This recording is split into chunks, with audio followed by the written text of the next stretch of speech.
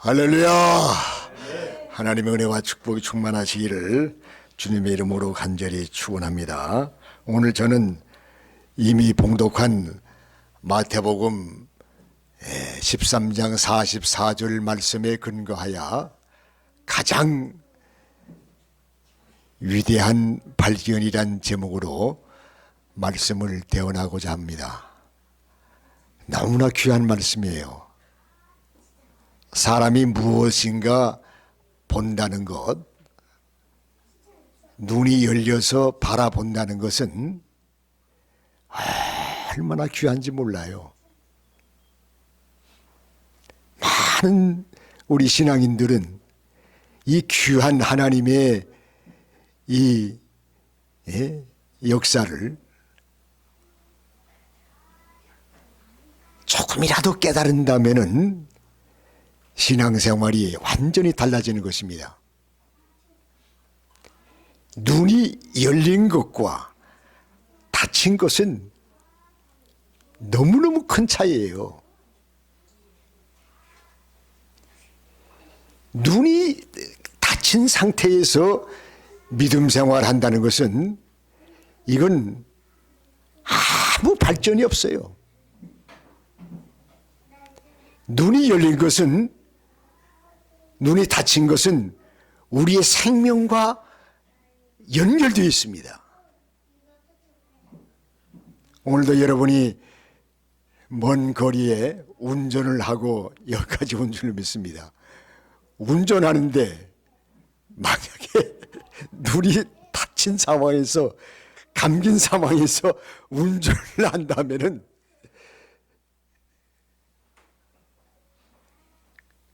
그건 죽음인 거예요. 1867년도에 남아프리카에서 신기한 일이 일어났습니다. 흑인 검둥이 아이들이 해변가에서 동그랗게 모여서 돌멩이를 가지고 공기놀이를 하고 있었습니다.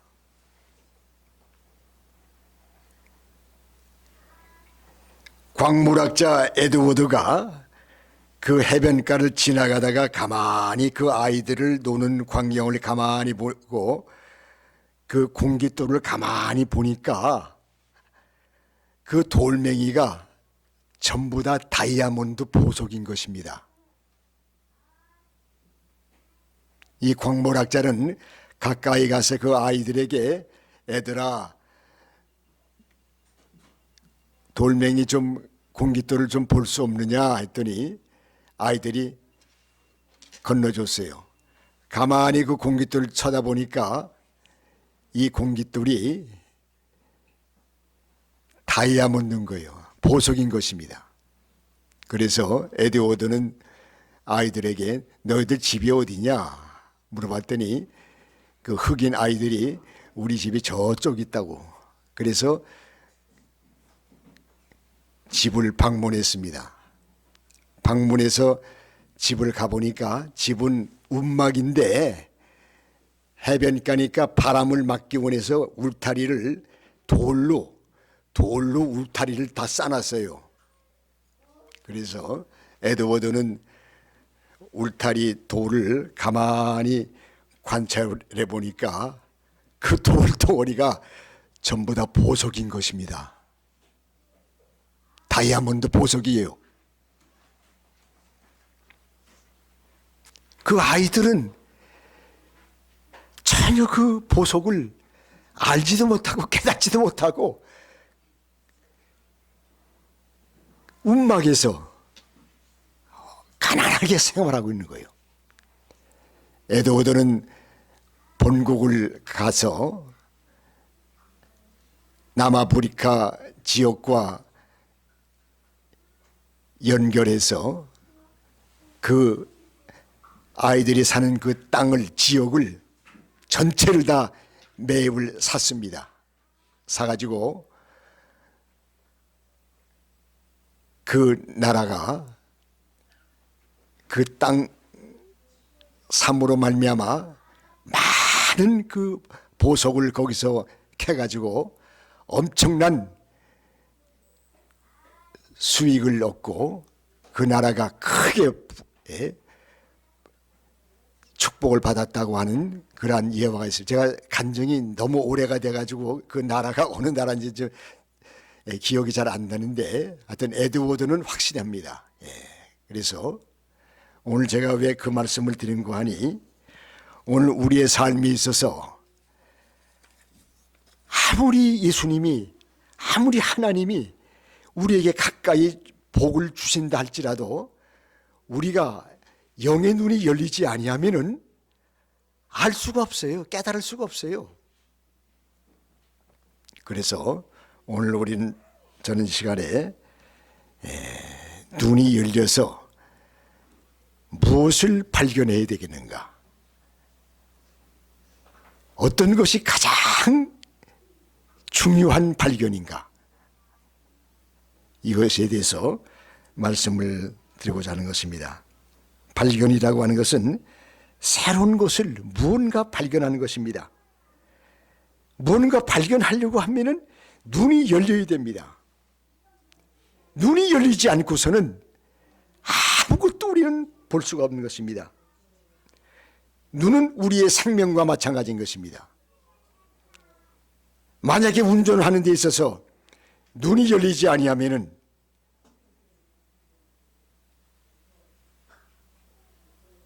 죽음인 것입니다. 운동도 마찬가지예요.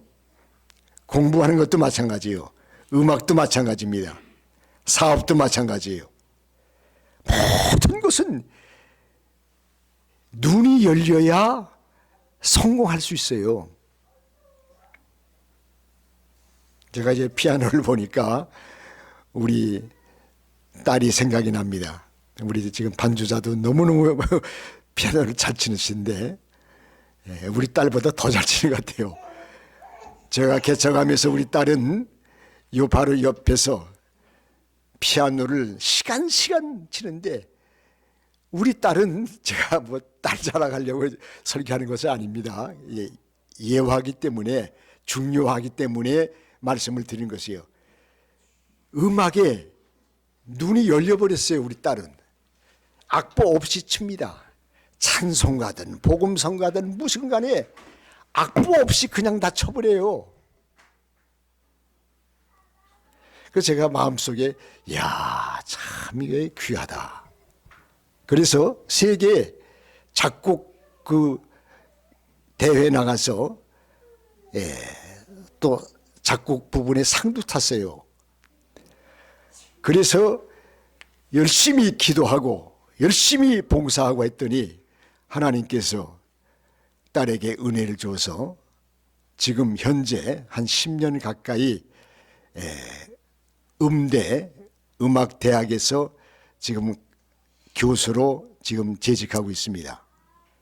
우리 딸은 저만 보면 저를 안고서 아빠 너무너무 하나님의 은혜 감사해요. 너무너무 감사해요. 오늘 우리가 음악을 한다든지 사업을 한다든지 공부를 한다든지 뭘 하든지 간에 눈이 열려야 돼요. 눈이 열리지 아니하면은 발전할 수도 없고 아무것도. 우리 집사님 지금 큰 지금 일을 지금 하고 있는데 보니까 눈이 열린 것 같아요. 눈이 쫙 열린 것 같아요. 저도 이제 운동에 전 눈이 좀 열렸습니다. 운동에 눈이 열려가지고 특히 다른 운동보다 이 핑퐁 탁구 있죠. 이 탁구를 제가 한 40년을 저 운동을 목회하면서 일을 쳤는데 눈이 딱 열리니까 탁구 공이 보이는 거예요.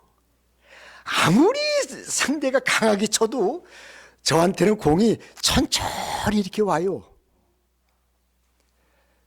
그래서 전국 목회자 탁구 시합이 1년에 한 번씩 서울에서 체육관에서 열립니다. 장로교, 감리교, 성결교, 침례교, 구세군, 순복음교회, 예? 각 교단별로 선수가 몇 명이나 되냐면은 목사님들만 지금 등록된 선수가 약 3,000명 됩니다. 그 목사님 중에서는 과거에 국민학교, 중학교, 대학교 시절에 탁구 선수로 일하던 그런 실력을 가지고 있는 분들입니다. 기라성 같은 선수들이 한 3,000명이나 됩니다. 특히 부산, 인천, 서울 강한 메달리스트 선수들이 엄청나게 많습니다. 그럼 한번 시합을 나가게 되면 선수가 약 400명, 500명이 등장됩니다. 저는 제가 간증을 할까 말까 하다 제가 이 설교에 도움이 되기 때문에 제가 자랑하기 위해서 얘기하는 것이 아닙니다. 저는 운동에 하나님께서 눈을 열게 해주었습니다. 아무리 선수가 많이 오고 아무리 그래도 저는 눈이 열려 있기 때문에 시합을 나가도 조금 더 걱정을 안 해요. 왜? 나한테는 공이 천천히 오니까, 공이 다 보이니까. 그래서 저는 시합을 나가서 그 많은 선수들을 토너먼트로 이기고 결승전에 올라가서 많은 우승을 했고 금메달만 6개를 땄습니다. 그 외에 우승한 것은 너무너무 많이 있어요. 왜? 눈이 열려 있으니까 시합이 나가도 조금 더 두려움이나 조금 더 걱정이 없어요. 다른 선수들 가만히 시합할 때 다리를 보면요 후들후들 막 떨어요. 겁이 나가지고 막 결승전 막 올라가면요 얼굴이 하얘져가지고요 막 떨어요. 저는 떨지 않습니다. 왜? 눈이 열려 있으니까 보여지는 거예요.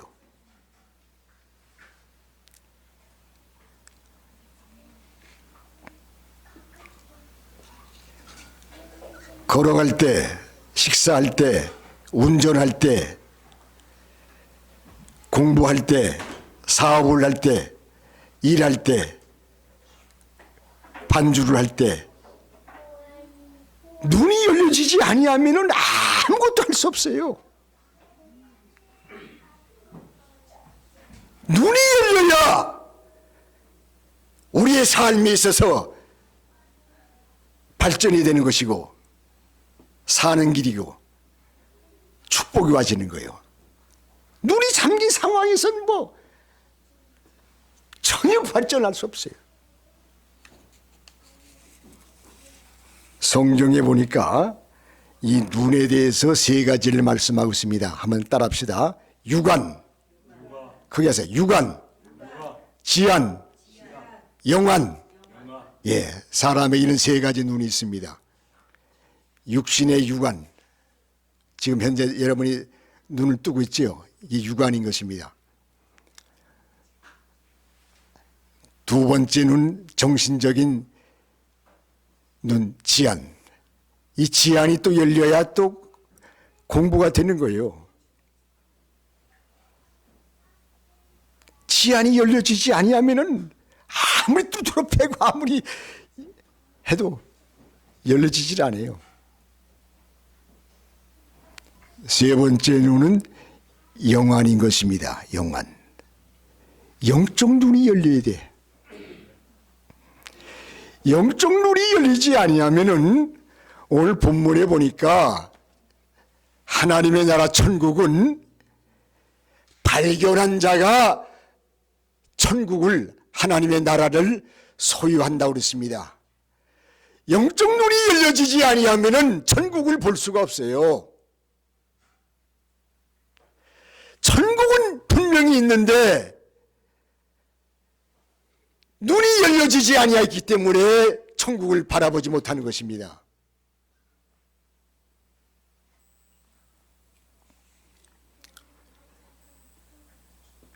신앙생활에 영적 영안이 열려져야 됩니다. 운동도 음악도 공부도 과학도 모든 것은 다 눈이 열려져야 되는데 가장 중요한 것은 우리의 영적 눈이 열려져야 믿음 생활에 발전이 되고 제대로 예수를 하나님을 믿게 되는 것입니다. 오늘 저는 여러분에게 이 영적 눈이 얼마나 중요하며 어떻게 하면은 우리의 닫혔던 영적 눈이 열려지느냐 이 부분에 대해서 집중적으로 여러분에게 말씀을 대언하고자 하는 것입니다.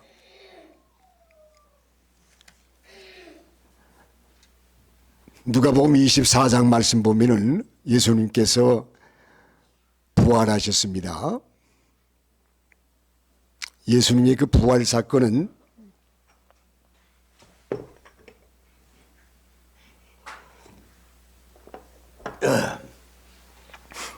대단히 우리 기독교의 믿음 생활에 중요한 부분인 것입니다. 부활이 되지 아니하면은 우리 믿음은 아무것도 아닐 거예요. 우리 기독교는 아무 쓸데가 없어요.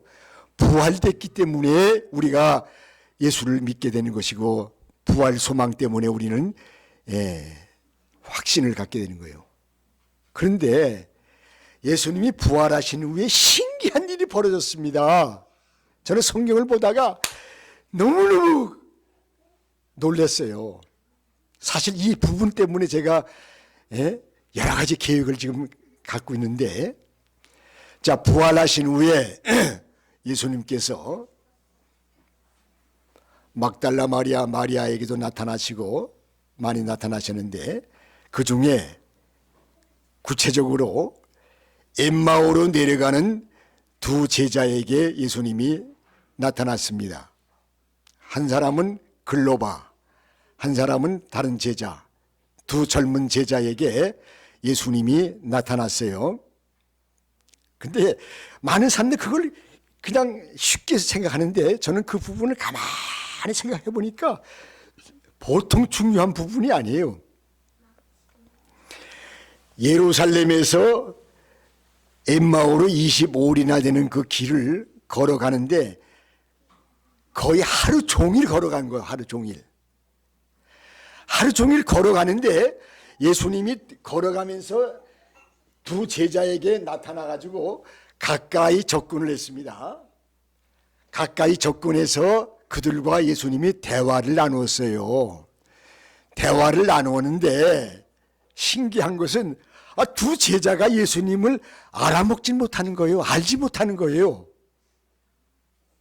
아니, 며칠 전까지 예수님과 함께 다니고 함께 일을 했는데 예수님과 잠깐 있는 것도 아니고 아침부터 저녁까지 하루 종일 예수님과 함께 걸어가면서 대화를 나누는데 예수님을 알아먹지 못하는 거예요.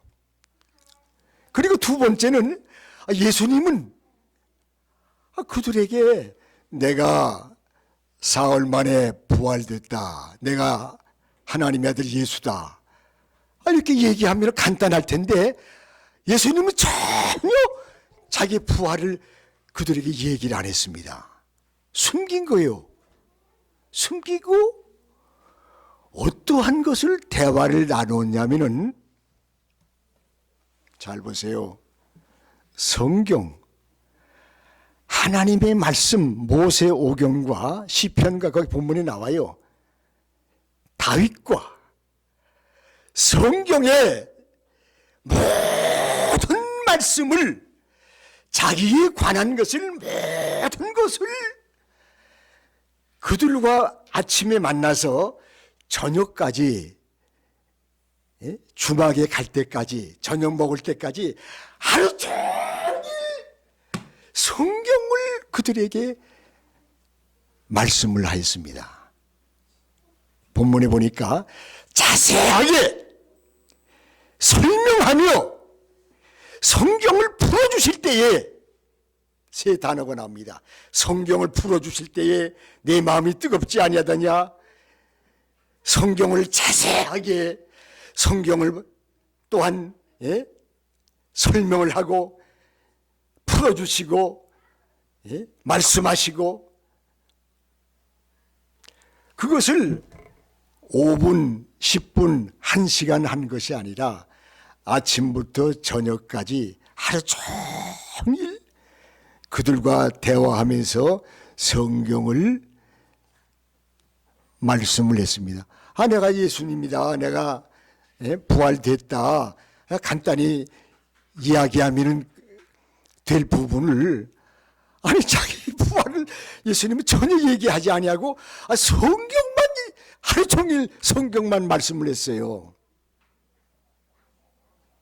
왜 그런 줄 아십니까?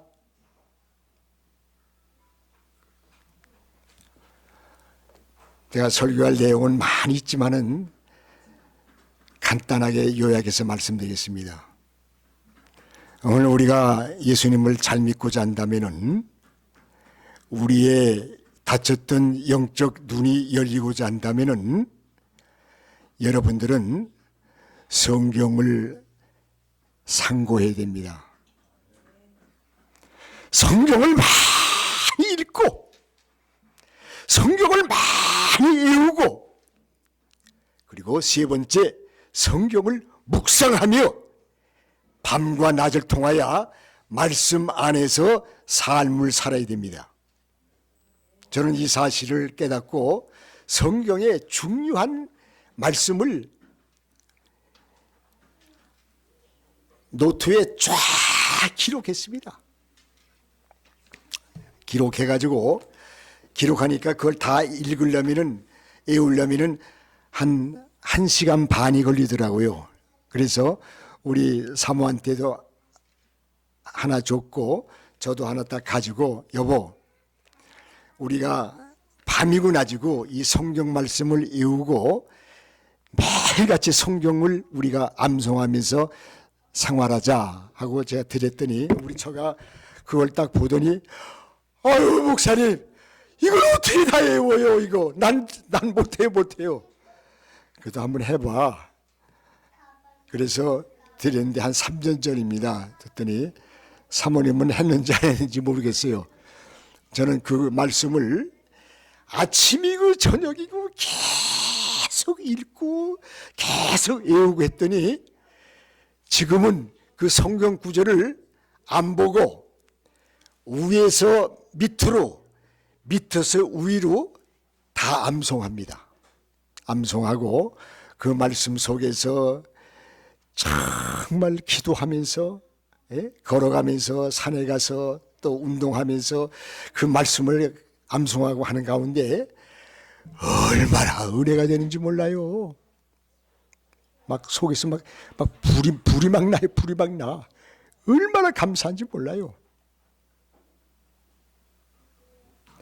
왜 예수님이 자기 자신을 내가 부활됐다라고 나타나서 말씀하지 아니하고 왜 성경을 통해서 부활을 말씀했느냐? 그것도 잠깐 한 것이 아니고 하루 종일 성경을 말씀했어요. 우리의 신앙생활은 우리의 믿음 생활은 말씀 안에 거해야 됩니다. 뭐 텔레비 보고 뭐 핸드폰 보고 그거 볼 시간이 없어요. 시편 1편에 보니까 여호와의 말씀을 주야로 묵상하는 자로다. 밤이고 낮이고 시간만 나면은 하나님의 말씀을 묵상하고 말씀을 의지하고 말씀을 힘는 것이 이것이 은혜요. 이것이 능력인 거예요. 마태 요한복음 1장 1절 말씀 볼 때 대초의 말씀이 계시니라. 이 말씀이 하나님과 함께 계셨으니 이 말씀은 곧 하나님이시니라. 말씀이 하나님이요. 말씀이 예수님이요. 말씀이 능력이요. 말씀이 은혜요. 말씀 안에 거할 때만이 하나님을 만나는 거예요. 오늘 많은 사람들은 뭐 기도하다 뭘 자꾸 뭐 보려고 그래요. 환상을. 특히 순복음 계통에는 뭐 방언하고 뭐 예언하고 환상 보고 뭐 체험을 오고 병 고치고 뭐 그런 외적인 그런 저는 산기도 하면서 40년 전에 성경에 나오는 은사를 방언이나 뭐 예언이나 뭐 기타의 은사를 다 제가 받았습니다. 제가 여기서 지금 성경을 덮고 방언으로 지금 설교하라고 그래서 지금 설교할 수 있습니다. 다 체험을 했어요. 그러나 그러한 은사는 힘이 없어. 순교할 수 없어요. 정말 주님을 위해서 목숨을 걸고 하나님을 믿기에 다 부족합니다. 그러나 말씀 중심의 말씀 안에서 말씀을 통한 믿음을 얻게 되면은 믿음이 흔들리질 않아요. 변함이 없습니다. 순교할 수가 있어요. 끝까지 주님을 믿을 수 있습니다. 그러면 결론적으로 영적 눈이 열려야 우리가 제대로 믿음 생활을 할 수 있는데, 영적 눈이 열리면 무엇을 발견할 수 있느냐? 첫째, 나 자신이 발견됩니다. 가장 위대한 발견은 나 자신인 거예요. 믿음 생활하면서도 나 자신이 발견이 되지 아니하면요, 믿음 생활 발전이 없어요. 기도가 안 나옵니다. 나 자신은 영의 눈이 열려야 나 자신의 모습이 발견됩니다. 아버지, 나는 죄인이에요. 아버지, 부족해. 아버지, 기도가 나와요. 눈이 열리지 아니하면 내가 안 보여. 전부 다른 사람만 보이지 내가 안 보여요. 가장 위대한 발견은 영적 눈이 열려서 나 자신의 모습을 발견해야 기도의 1단계 출발이 되어집니다. 두 번째, 눈이 열리면은 죄가 보입니다. 아버지, 나는 죄인입니다. 아버지, 나는 부족합니다. 제가 지난번에 코로나 한참 유행을 할 때 제가 코로나에 걸렸습니다. 전 예방주사도 맞지 않고 그리고 다니다가 하여튼 코로나에 걸렸는데, 코로나만 걸린 게 아니라 우리 저한테는 얘기를 안 했는데 병원에 가서 진단을 받으니까 암이 또 왔어요. 암도 진단받았습니다. 세 번째, 어떤 병이 또 왔냐면은 귀에 소리가 들리는 이명이 또 왔습니다. 밤에 잠을 못 잤어요. 소리가 막 귀에 들려가지고. 네 번째 어떤 병이 또 왔냐면은 기침을 하다 보니까 기관지 염이 왔고, 그 다음에 약을 먹다 보니까 영육성 식도염이 왔습니다. 한 5가지 병이 짬뽕으로 저한테 왔어요. 한 가지만 오더라도 사람이 견딜 수가 없어. 암만 걸려도 사람이 살 수가 없고, 이명만 와도 잠을 자지 못하니까 살 수가 없고, 식도염이 와서 음식을 먹으면 막 속에서 막 끓어워. 이것 하나만 와도 살 수가 없고, 코로나에 걸려도 이것 때문에 사람이 살 수가 없고, 중요한 병이 5가지가 와가지고 제 생각에 이제는 끝났구나, 세상 끝났구나. 저는 말씀을 알기 때문에 이불을 뒤집어 쓰고 이불 속에서 하나님 앞에 기도했습니다. 아버지, 주여, 정말로 간절하게, 정말로 진실하게 하나님 앞에 회개하며 아버지 앞에 기도했습니다. 아버지.